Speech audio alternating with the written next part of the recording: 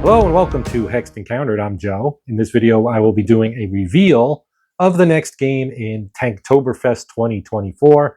This is the third time I'm doing it. And for this last game, I wanted to kind of do a reveal because I purposely, at the end of the last video, said that I was not going to reveal the next game until I did the video on the next game. Well, I changed it up a little bit. I'm going to reveal it and I'm going to set it up in terms of what the scenario will be and so on and so forth. So you'll get some information prior to the start of the gameplay video, which will allow me to get right into the gameplay and hopefully get more game in, because I'm probably only going to have time to do 2 videos on the gameplay. And the game in question is Panzer North Africa. This is from GMT Games. Of course, it is designed by James M. Day and Fernando Solo Ramos. And this brings the Panzer series to North Africa, which is fitting because that is the theme of this year's Tanktoberfest. As you can see, this is a monster box. There is a ton of game in here. This box is very heavy. And we're going to do one of the scenarios, and I'll be revealing that in a moment. But I did want to just kind of talk about this game, which came out fairly recently. And it is a standalone. So if you do not have any of the MBT games or any of the Panzer games, you can get this one, and you'll be all set to get your first toe in the sand for this particular series, which I enjoy a great deal, and it's been a while since I've done a video on it. And so I think that's all I need to say here by way of revealing this and letting you know that this is the game that we'll be doing next. So having said all that, let's move on and take a look at the scenario we'll be playing and give you the setup information and everything for that, for those who might be interested in having an idea of what the setup is for gameplay video, which will be coming up hopefully within a day or 2. So here we go. Okay, so this is actually the map we'll be playing on, but I will be playing this in Vassal. Now this one uses 2 of the map sheets that come with the game. They are double-sided. They are, I think, 8.5 by 27 or something like that. This is a 1/1. This is map 33, as you can see, and at the bottom we have map 29. I could have widened the shot out to show you more of the map, but you'll get the full experience when I start the scenario. So speaking of that, here is our scenario book. And so this is the scenario we will be playing. It is scenario number 57, Operation Brevity. Duel at Sidi Aziz, Libya, mid-May 1941. This will be the Germans and the British, or the Commonwealth, if you would prefer. So the situation, and I'm going to read it. I know some people are like, oh, why do you read all this information? If you don't like it, you can skip it or whatever. This is for the people who may want some background on what the scenario that I will be playing is. If it's not your cup of tea, hey, that's what the fast forward button's for. That's what your back button on your browser's for. If you want to jump to something else, YouTube has plenty of choices. Scenario number 57. So the situation, Operation Brevity, was a limited offensive intended as a rapid blow against weak Axis frontline forces in the Sollum Capuzzo Bardia area of the border between Egypt and Libya. The primary objectives were to recapture the Halfaya Pass, drive the enemy from the Sollum and Capuzzo areas, and deplete Rommel's forces. The British 7th Armored Brigade Group was to advance 30 miles around the southern flank, destroying any enemy encountered, and hopefully throw the German reserves off balance. The group skirmished with Kampfgruppe von Herf, which was acting as mobile reserve to back up the Italians who were defending the border. When the battle started, elements of both groups clashed, and several long-range tank duels occurred in the morning. The Axis forces finally retreated in the afternoon, but the British did not achieve their intended goals. We are using maps 29 and 33, as I already kind of showed you. No overlays. This game has a bunch of overlays for the terrain that you can put on to add a lot of terrain features. Makes the maps much, much more variable than they would be otherwise. Of course, it is the desert. There's not a whole lot going on, but you have hills and valleys and gullies and all that kind of stuff. And the game gives you a wide selection of overlays to make your maps a little bit more variable. Special conditions. When determining initiative, no force grade modifiers apply. If you're unfamiliar with how this game works, you get a modifier for initiative based on your experience. So if you were in the Germans' case, they are seasoned, as you can see right here.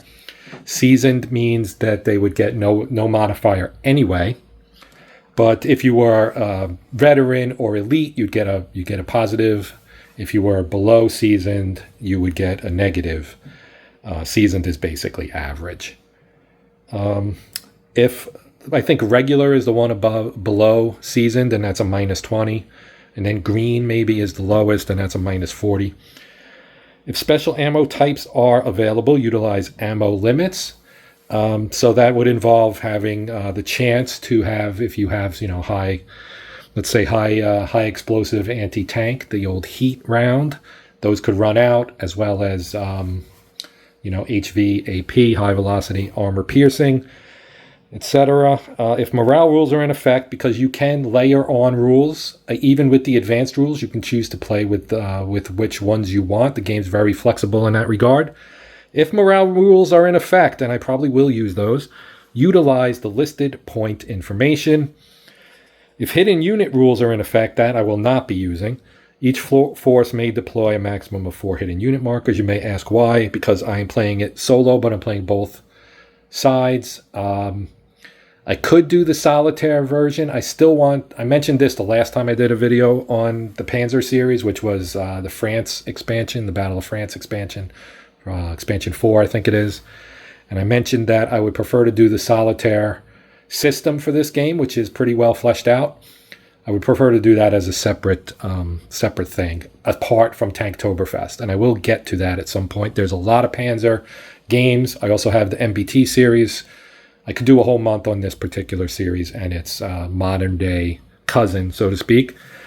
If the command span rules are in effect, all CHQs, those command headquarters, have a command span of 10 hexes as soon as recon formation, the British Armored Car Squadron and the German Armored Car Company are exempt. Okay, so your command HQs have a span of 10 hexes. If we use the command span rules, again, I may. Both forces may add leaders as desired. I used leaders the last time I did one. I may do so again. And it does require Panzer North Africa. Well, that's good, because this is the Panzer North Africa scenario book number 1. Setup conditions, limited visibility conditions in effect. Hey, we're in the desert. There's a lot of dust. Apply turn-based spotting modifiers. See the table. The table is right here. So on turns 1 through 3, we will have a -2 on spotting, 4 to 6, -1, 7 plus 0. Let's see, what else? Forces roll. The force rolling the roll a d10. The force rolling the higher result selects path hex 29A5 or 33GG5. So basically, your forces come in this way, one from each of the 2 map edges. The AA would be on the left side, GG on the right side, right there. And so they'll be coming this way, and they're gonna basically get into it and try to blow each other up. The other force obviously would utilize the path hex not selected above. The path hexes, those are paths on the map, kind of unfinished road type thing, not a full road, but better than the open desert for your tracked vehicle pleasure. Move on the map board on turn 1 with 1 company squadron on the selected path hex at the path movement rate. There are different movement rates based on what terrain you're in. Here on this counter image, you can see 4T69. The 4T means open terrain. The 6 is on a path. The 9 is on a road. Forces, remaining company squadrons have the potential of arriving as reinforcements starting on turn 2 based on the arrival table. Before the initiative phase of turn 2, and each turn thereafter as necessary, each force rolls the D100. If the result falls within the listed range for that turn, that force can move their remaining company squadrons on the selected path hex. They may utilize the path movement rate. All right. Victory conditions, 15 turns. Unit VPs to the force that enters the map on path hex 29A5. That would be the left. For all combat units that exit from hex 33BB1. You obviously get the alternate here on this for the guys that come in from the right. They will get VPs for the units that exit from Hex 29F10, which is at the other end of the path, basically. It's actually at the bottom, towards the bottom left corner of map 29 is where that is. And let's see. 140 victory points to the German force if fewer than 6 British combat units exit the map. Conversely, 140 victory points to the British force if fewer than 5 German combat units exit the map. VP adjustment, potential German-British VP adjustment based on the reinforcement force's initial turn of arrival. So if they come later, your victory points would go down because you're not... well, actually, no.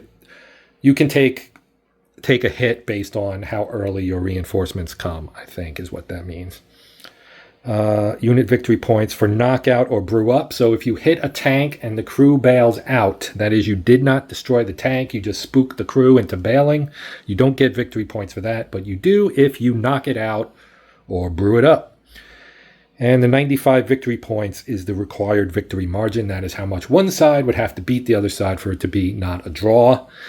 And that is that. Now, taking a look at our German force. Whoops, I slid the map too. I didn't want to do that, but that's not a real big deal. So here's our German force. Elements of Kampfgruppe von Herf, seasoned. We have the Light Panzer Company, seasoned, excellent. 8 is their morale, I believe. And CP is 5. They get 2 of their headquarters here. Panzer III F. Well, they get a company headquarter, and the Panzer III F will be that one of the tanks, but they also get an additional Panzer III F. Then you got a Panzer III G. We get 4 of those, and a Panzer II F. Get 2 of those. And then our medium Panzer Company. These are the bigger guys. They have the same stats here, but they get 1 Panzer IV F. That is the company headquarters. They get 4 additional Panzer IV Fs, and they get 3 Panzer II Fs.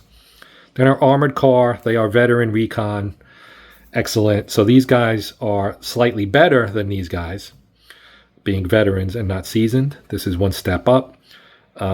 They did get their own CHQ with a 222. And then they get additional 222s, 2, and that's a 231. 2 of those as well.